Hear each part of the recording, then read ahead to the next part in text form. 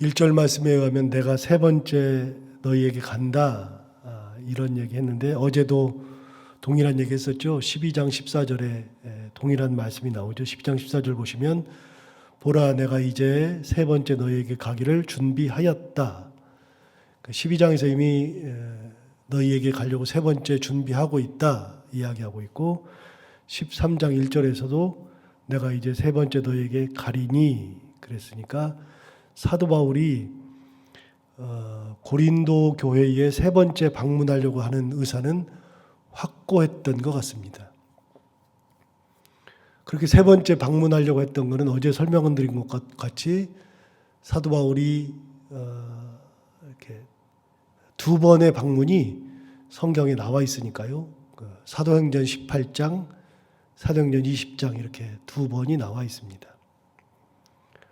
그래서 이제 그 가는 것이 확정되어 있습니다. 자기한테는 가는 것이 확정되어 있고 반드시 가려고 하고 있습니다.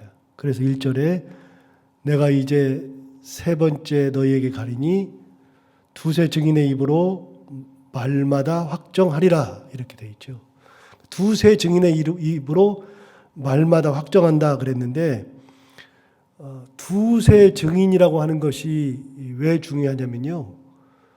신명기 19장 15절에 의하면 누구를 고소할 때, 재판을 받을 때, 그때는 내가 무슨 고소를 하면 내 말만 듣고서 판결할 수는 없잖아요.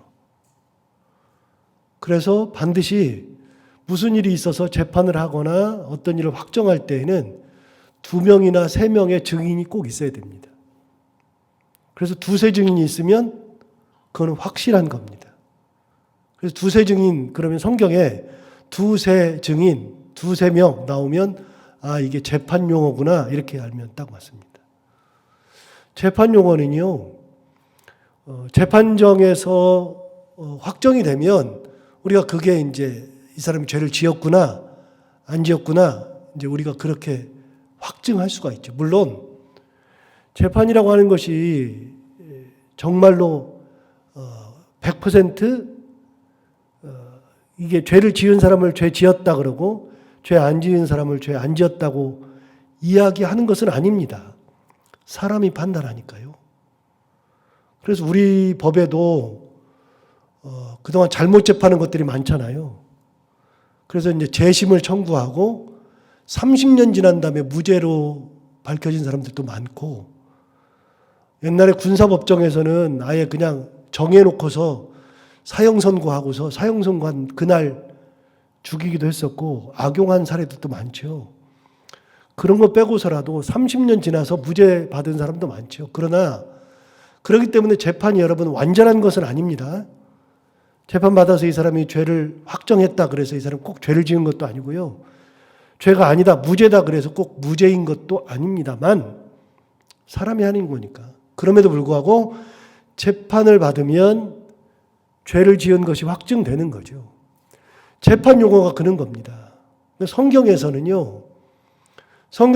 두세 사람이라고 하는 것은 재판 용어입니다. 확실할 때 두세 사람을 이야기합니다. 사도 바울이 얼마나 확실하고 있는지 여러분 아시면, 보시면 딱 답이 나옵니다. 1절 다시 한번 볼까요? 내가 이제 세 번째 너희에게 가리니 두세 증인의 입으로 말마다 확정하리라. 사도 바울은 고린도 교회를 세 번째 가려고 그랬습니다.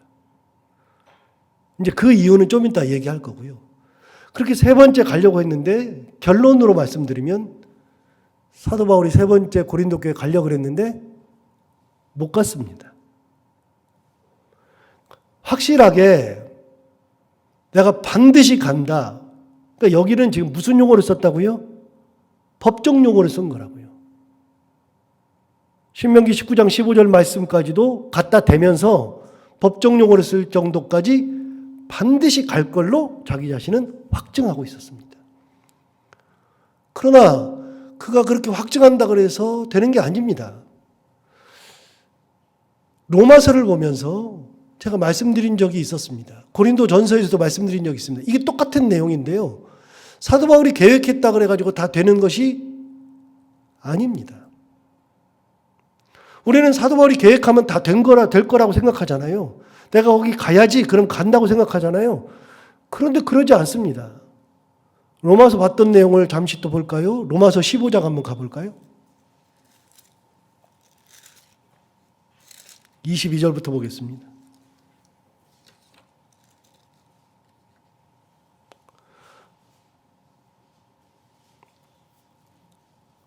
로마서 15장 22절부터 보시면 이제 로마를 갈 계획을 하는 거예요. 22절부터 29절까지 로마를 갈 생각을 하고 있는데 22절 보십시오. 15장 22절 위를 보시면 제목에 바울의 로마 방문 계획이죠. 바울이 로마를 가려고 그랬습니다. 22절 뭐라 그러냐면 그러므로 또한 내가 너희에게 가려 하던 것이 여러 번 막혔다. 그러니까 사도 바울이 로마 교회를 가려고 했던 것은 한 번만 계획한 것이 아니고요. 여러 번을 계획했었는데 여러 번 뭐 했다고요? 다 막혔어요. 이유가 뭘까요? 사도 바울이 로마 교회를 여러 번 가려고 했는데 여러 번 다 막혔어요. 이유가 뭘까요? 하나님의 뜻이 아니니까 그런 거예요. 사도 바울도 인간인지라 자기 계획이 있어요. 그래서 그 계획대로 가가지고서 뭘 하리라 계획 다 하는데 그 계획대로 되지 않아요. 여기서 잠깐. 여러분, 그 말씀 여러 번 드리지만 사도 바울이 그리스 쪽으로 넘어갈 생각을 한 적이 없다고 그랬잖아요. 사도 바울은 그리스 쪽, 그러니까 마케도냐와 아가야 지방으로 갈 생각이 없었어요. 터키 지방에서만 복음을 전하려고 했었죠. 그렇게 복음을 전하려고 아무리 노력을 해도 안 되는 겁니다. 그래서 사도행전 16장에 보면 거기서 사도 바울이 자꾸만 터키 안에서 동쪽으로, 터키의 서쪽까지 갔다가 동쪽으로 다시 가고 다시 서쪽으로 갔다 동쪽으로 가고 그러는데 하나님이 아시아에서 전도하지 못하게 하시는 거예요. 동쪽으로 안 보내는 거예요. 동쪽으로 가지 말게끔 막는 거예요. 그런데도 사도 바울이 억지로 동쪽으로 가요. 다시 하나님께서 서쪽으로 갖다 놓죠. 그러니까 나중에는 사도 바울이 깨닫지를 못하니까 하나님께서 드로아에서 환상을 보여줘가지고서 그 환상에 마케도냐 사람이 이리 와서 우리를 도우라 했던 마케도냐 사람 환상을 보고 하나님께서 나를 마케도냐로 보내시는구나 라고 하는 것을 처음으로 깨닫고 하나님의 뜻인 줄을 깨닫고 그 다음날 아침에 바로 배 타고 마케도냐로 가는 거죠. 그래서 어디로 가요? 그래서 네아폴리로 가고 네아폴리에서 빌립보로 넘어가죠.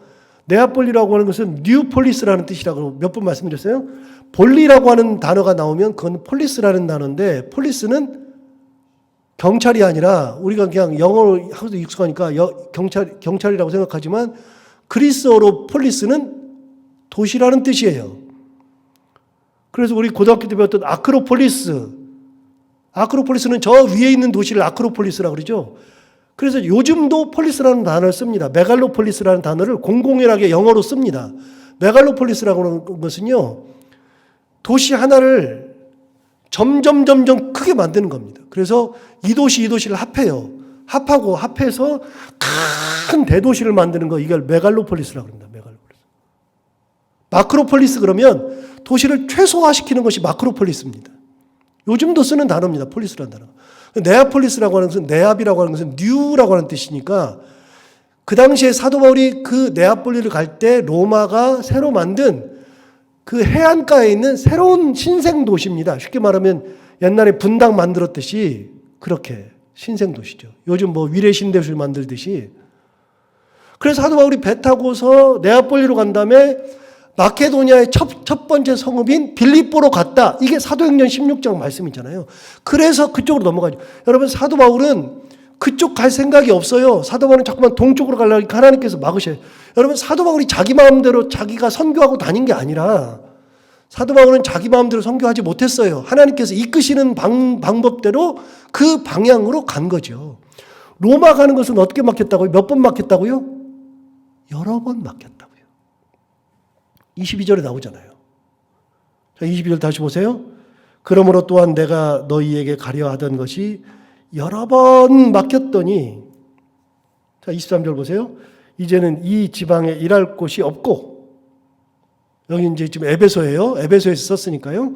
이 지방에 일할 곳이 없고, 또 여러 해 전부터 언제든지 서바나로 갈 때 너희에게 가기를 바라고 있었으니 이는 지나가는 길에 너희를 보고 먼저 너희와 사귐으로 얼마간 기쁨을 가진 후에 너희가 그리로 보내주기를 바랍니다. 그러니까 여기 23절, 24절에 의하면 이제는 내가 이 지방에서 할 일이 없어요. 여기서는 이제 더 이상 할 일이 없어요. 이 교회가 섰어. 그 성도들도 잘 서 있어요. 믿음으로 살아요. 그러니까 나는 이제는 내 최종 목적지는 로마를 가고 싶어요. 그래, 여기서는 할 일이 없고 이제 내가 너희들에게 가기를 원하는데 사실은 너희들에 갔다가 서바나까지 가려고 그런다. 서바나는 스페인이라 그랬으니까요. 스페인까지 가려고 그래요. 그래서 너희한테 가가지고 일정 부분 있으면서 너희와 기쁨을 나누고 하나님의 은혜를 나누고 있다가 서바나로 가려고 그런다. 사도 바울이 그런 계획을 했는데, 자, 첫 번째, 로마로 가려고 했던 계획은 여러 번 막혔는데 이번에도 가려고 했는데 하나님께서 로마서를 쓸 때 이번에도 또 막아요. 가려고 한다 그랬는데 또 막아요. 사도 바울은요, 로마를 선교하러 가지 못하고 결국은 자기 뜻대로 잡혀서 끌려서 가가지고서 거기서 선교하다가 순교해요. 그러니까 자기가 끌려갈 생각을 한 것은 아니고 자발적으로 들어가서 선교하다가 하나님의 뜻대로 선교하면서 거기다 교회를 세우려고 그랬는데 그게 안 돼가지고 결국은 가는 것으로 끝이에요.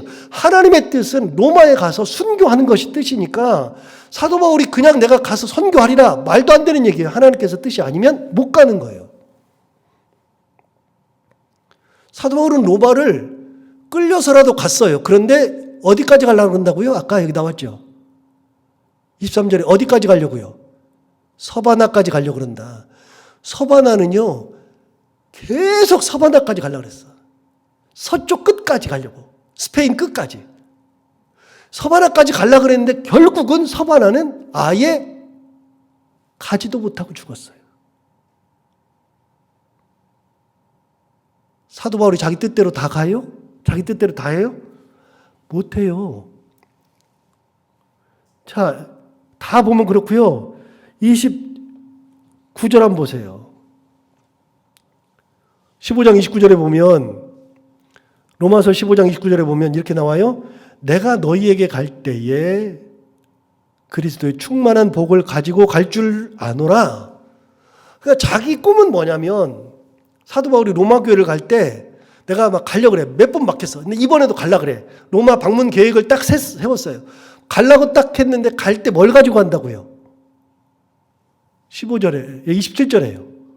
뭘 가지고 간다고요? 내가 너희에게 갈 때 그리스도의 충만한 복을 가지고 간대요. 그러니까 그리스도의 복을 가지고 갈 마음이 충만해요. 그런데 하나님께서 막으시니까 못 가는 거예요. 여러분, 하나님이 막으시면 안 되는 거예요. 사도 바울 같은 사람도 하나님이 막으시면 안 돼요. 그런데 오늘 본문으로 돌아와서 본문에서도 세 번째 방문하려고 했는데 결론적으로 여기도 못 가요. 사도 바울이 아무리 계획해도 안 돼요. 사도 바울 같은 사람들도 하나님의 뜻 앞에서 막히는 게 굉장히 많았어요. 우리는요, 우리도 그래요. 우리가 뭐 얼마나 대단한 거라고요.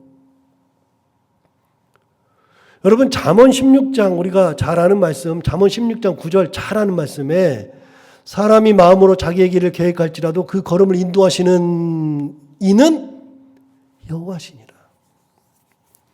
사람이 자기 길을 계획할 수 있어요. 내 계획은 할 수 있어요. 잠언 16장 9절에 사람이 자기 마음으로 자기의 길을 계획하죠. 여러분, 계획은 누구나 다 하죠. 그런데 계획할지라도 그 걸음을 인도하시는 이는 여호와셔요.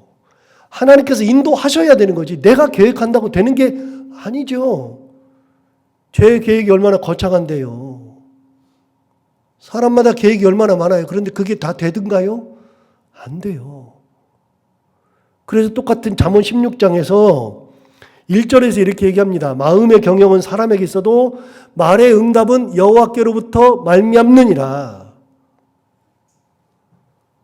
마음의 경영은 내가 뭐 이것도 해보고 저것도 해보고 사람한테 다 있어요. 마음의 경영은 사람에게 있어도 그 말의 응답은 여호와께로부터 말미암는 거예요. 응답. 안 돼요. 아무것도. 사도 바울 같은 사람도 안 돼요. 결국은 세 번째 간다. 이게 12장에 나왔죠. 12장 14절에. 그리고 13장 1절에 세 번째 간다는 말이 또 나왔죠. 그런데 결국은 못 가요. 사도 바울이 얼마나 확고했냐면 법정 용어까지 썼다 그랬잖아요. 두세 증인의 입으로 확정하리라. 그런데 결국 못 가져요. 자, 그러면 도대체 왜 가려고 그랬느냐? 사도 바울이 가려고 한 이유가 뭐냐? 13장 2절에 나와요. 내가 이미 말하였거니와 지금 떠나 있으나 두 번째 대면하였을 때와 같이 전에 죄 지은 자들과 그 남은 모든 사람에게 미리 말하노니 내가 다시 가면 용서하지 아니하리라. 누구를 용서하지 않아요? 이단에 빠진 사람들. 계속 나왔잖아. 이단에 빠져가지고 너희들이 잘도 용납한다. 너희들의 뺨을 때리고 갈취하고 종으로 삼고 그런 사람들 너희들이 잘도 용납한다. 우리가 전한 예수 아닌 예수를 다른 사람을 전하고 너희가 받았던 성령이 아닌 다른 영을 너희들이 받게 하고 우리가 전했던 복음이 아닌 다른 복음을 전했는데 그들을 잘도 용납한 너희들 내가 다시 가면 용서하지 아니하리라. 그런데 여러분 아까 어제도 말씀드리고 오늘도 말씀드렸어요. 사도행전 18장과 사도행전 20장에 사도 바울이 두 번 고린도 교회를 방문해요. 그런데 사도행전 18장은요. 굉장히 길게 기록되어 있어요. 우리가 아는 고린도 교회에 대해서 아는 내용이 거기 다 기록되어 있어요. 사도 바울이 거기 가가지고서 브리스길라와 아굴라 그 부부와 함께 1년 6개월을 함께 살면서 생업이 같으므로 같은 일을 하면서 그 집에서 같이 살면서 그들을 가르치고 그러면서 고린도 교회를 1년 6개월 동안 목회했던 얘기, 전도했던 얘기. 회당장 그리스보 이야기, 회당장 소스데네 이야기, 재판받았던 이야기, 회당장 소스데네가 맞았던 이야기, 엄청난 고난당한 이야기, 그런 이야기들이 사도행전 18장에 다 기록되어 있어요. 그래서 사도 바울이 고린도 교회에서 1년 6개월 동안 뭐 했는지를 사도행전 18장에서 다 배울 수 있어요. 그런데 두 번째 방문했을 때가 사도행전 20장에 나오는데요. 딱 2절 나옵니다. 두 번째 가서는 뭐 했는지를 몰라요. 실제로 두 번째 일에는 무슨 일을 했는지 몰라요. 그런데 2절을 보시면 힌트가 나옵니다. 그럼 2절을 보실까요? 다시? 그냥 쑥 지나갔지만 2절 내가 이미 말하였거니와 지금 떠나 있으나 자, 그 다음 보세요. 두 번째 대면했을 때와 같이 두 번째 대면했을 때와 같이 그랬잖아요. 그럼 두 번째 방문했을 때는 어떤 일이 있었느냐? 보세요. 두 번째 대면했을 때와 같이 전에 죄 지은 자들과 그 남은 모든 사람에게 미리 말한다. 내가 다시 가면 용서하지 아니하리라. 두 번째 가서 뭐 했어요? 두 번째에도 이미 이단에 빠진 사람도 있고 잘못된 사람도 있고 뭐 성도들끼리 싸우기도 하고 법정에 가서 싸우기도 하고 부활 가지고 논쟁하기도 하고 막 그런 사람들이 너무 많으니까 두 번째 갔을 때도 어떻게 했어요?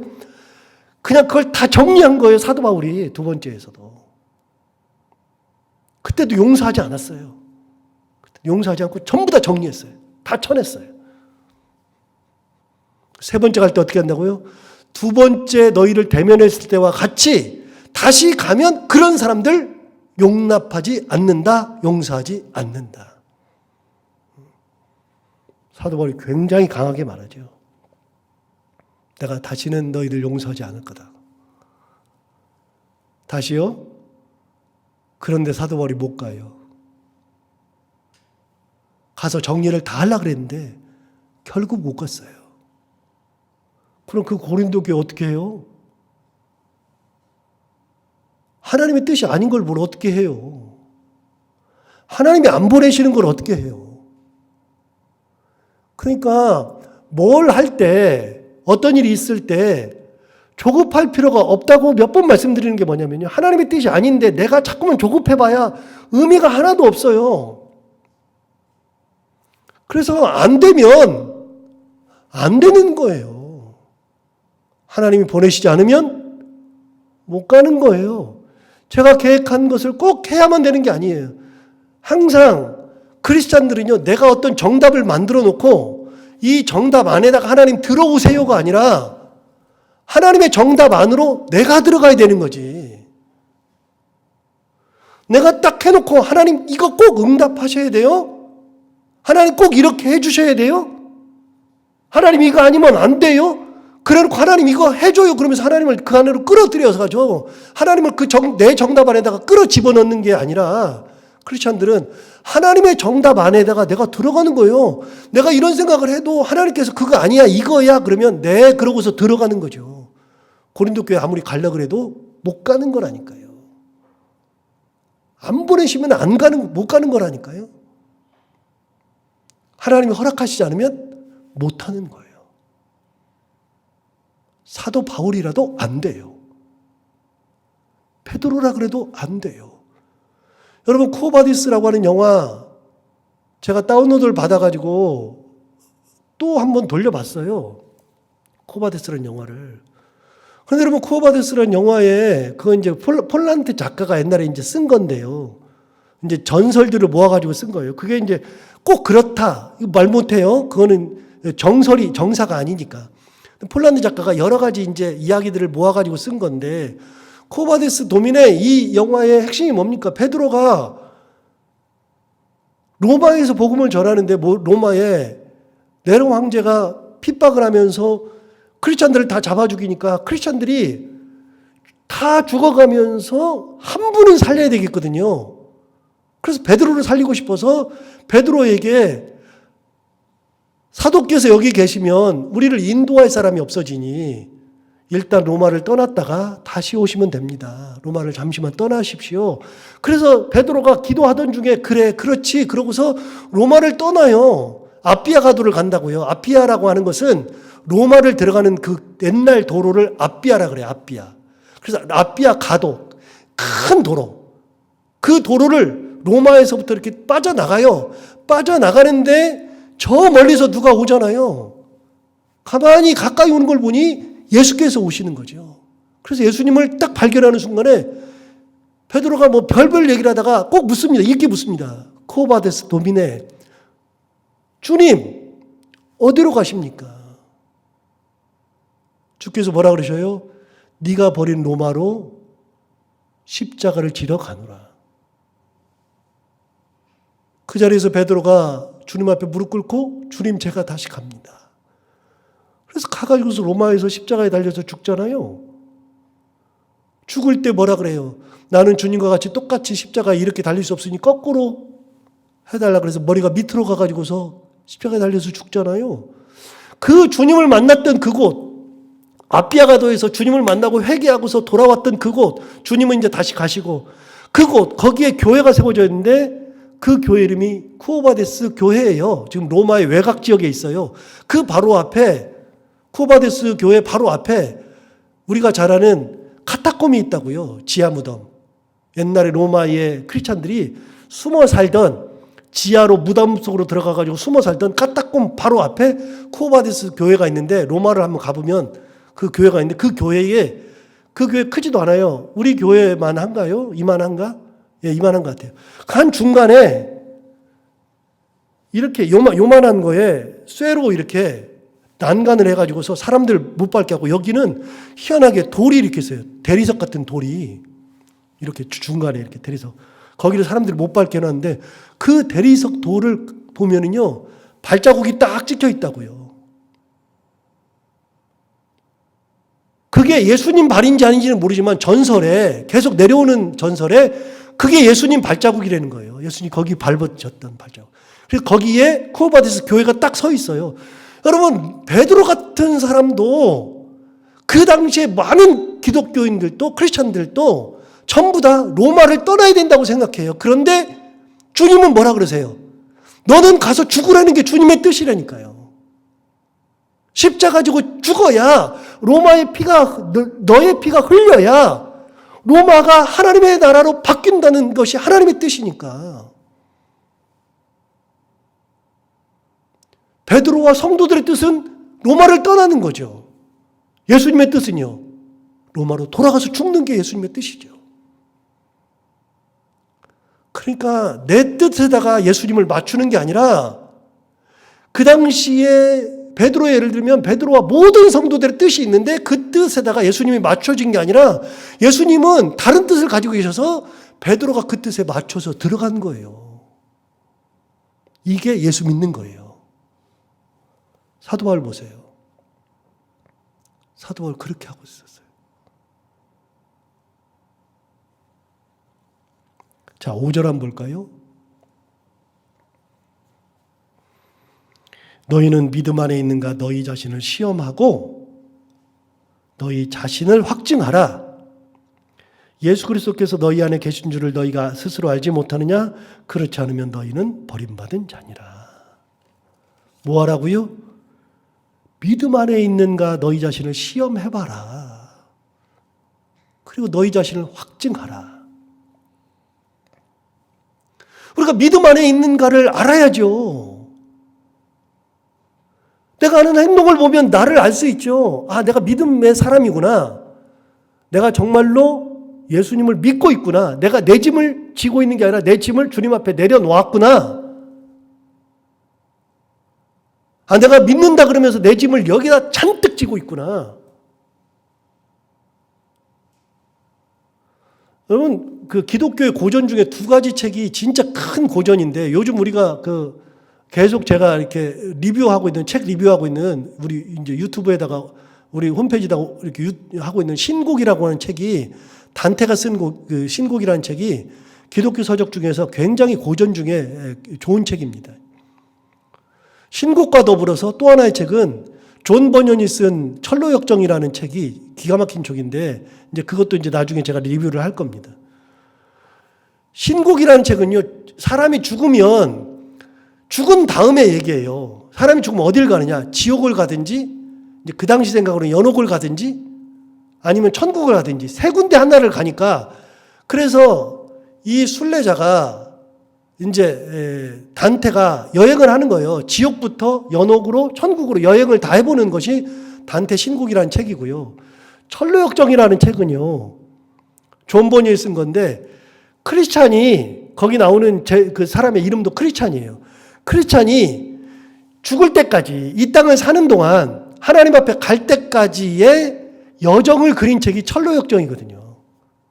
이 두 책은 사람이 사는 동안의 이야기 철로역정, 죽은 다음의 이야기 신곡, 이 기독교의 두 개의 큰 고전인데 영국 사람이 쓴 존 버년의 철로역정에 보면은요, 그 크리스찬이라는 사람이 예수님 앞에 갈 때 빛을 보기 전까지 예수님의 빛을 봐요. 그리고 빛을 딱 보고서 예수님을 딱 만나는 순간에 재밌는 내용이 나와요. 자기 몸을 감싸고 있었고 자기를 짓누르고 있었던 큰 짐을 메고 간다고요. 주님 앞에 갈 때까지.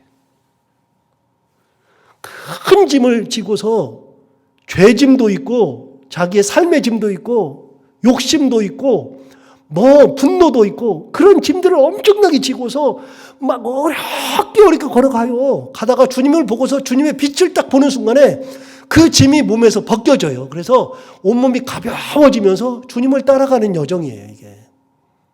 존 버년은 그렇게 생각을 했어요. 내가 예수님 앞에 있으면 죄짐을 벗죠. 내가 죄짐을 벗고 있는지 안 벗고 있는지를 봐야죠. 내가 죄짐을 벗고 무거운 짐을 벗고 내가 짐을 예수님 앞에 다 내려놓고 있으면 아, 내 안에 예수가 계시는구나. 내가 진짜 신앙생활을 하는구나. 시험해 볼 줄 알아야죠. 확증되는 거죠. 자, 5절 다시 보세요. 너희는 믿음 안에 있는가 너희 자신을 시험하고 너희 자신을 확증하라. 그 다음 뭐라 그러냐면 이렇게 얘기했어요. 예수 그리스도께서 너희 안에 계신 줄을 너희가 스스로 알지 못하느냐? 그렇지 않으면 너희는 버림받은 자니라. 우리 안에 주님이 없으면 뭐라고요? 버림받은 자다. 주님이 없으면 버림받은 자예요. 그러니까 사도 바울 얘기하는 거예요. 내가 안 가더라도 너희 스스로가 스스로를 점검해봐라. 믿음 안에 있는가 봐라. 너희 안에 예수가 있느냐 없나 한번 쳐다봐라. 계시면 오케이. 안 계시면 너희는 뭐 하는 자라고요? 버림받은 자. 우리가 이렇게 믿음 안에 있는가 우리 자신을 항상 시험할 줄도 알고 확증할 줄도 알고 죄짐을 지고 무거운 짐을 지고 사는 것이 아니라 짐을 다 주님 앞에 내려놓고 주님의 은혜 가운데 살아가는 저희 모두가 다 되기를 바랍니다. 기도하겠습니다. 하나님 아버지 감사합니다. 오늘도 귀한 말씀으로 우리를 깨우쳐 주시고 은혜 주셔서 감사합니다. 사도 바울이 그렇게 계획했는데 사도 바울도 하는 족족마다 하나님 앞에서 다 막혔다는 거 또 한 번 깨닫습니다. 우리도 우리가 가는 길에서 여러 번 길이 막히는 것을 경험하게 됩니다. 나만 막히나 싶지만 그게 아니라 사실은 사도 바울도 막혔고 베드로도 막혔고 하나님 아버지 우리가 어떤 길을 가든 주님이 원하는 길을 믿음으로 가게 하여 주옵시고 세상의 짐을 지고 세상 가운데 사는 것이 아니라 죄짐을 주님 앞에 내려놓고 내가 주님 안에 있는지 주께서 내 안에서 계시는지 시험하고 확증하면서 살아갈 수 있도록 인도하여 주옵시고 너희 안에 그리스도가 계시지 않냐면 너희는 버림받은 자니라. 사도 바울이 말한 것처럼 우리 안에 예수께서 계셔서 버림받은 자들이 아니라 주님께 택하심 받은 자, 주님의 인도하심을 받는 자, 주님과 동행하는 자, 주님의 은혜 가운데 살아가는 자 되게 하여 주옵소서. 오늘도 하루를 살아갈 때 이 말씀을 기억하며 살게 하여 주옵시고 해야 되는 것들을 기쁨으로 감당하고 만나는 분들과 함께 웃고 행복한 하루가 되게 하여 주옵소서. 예수님 이름으로 기도하옵나이다.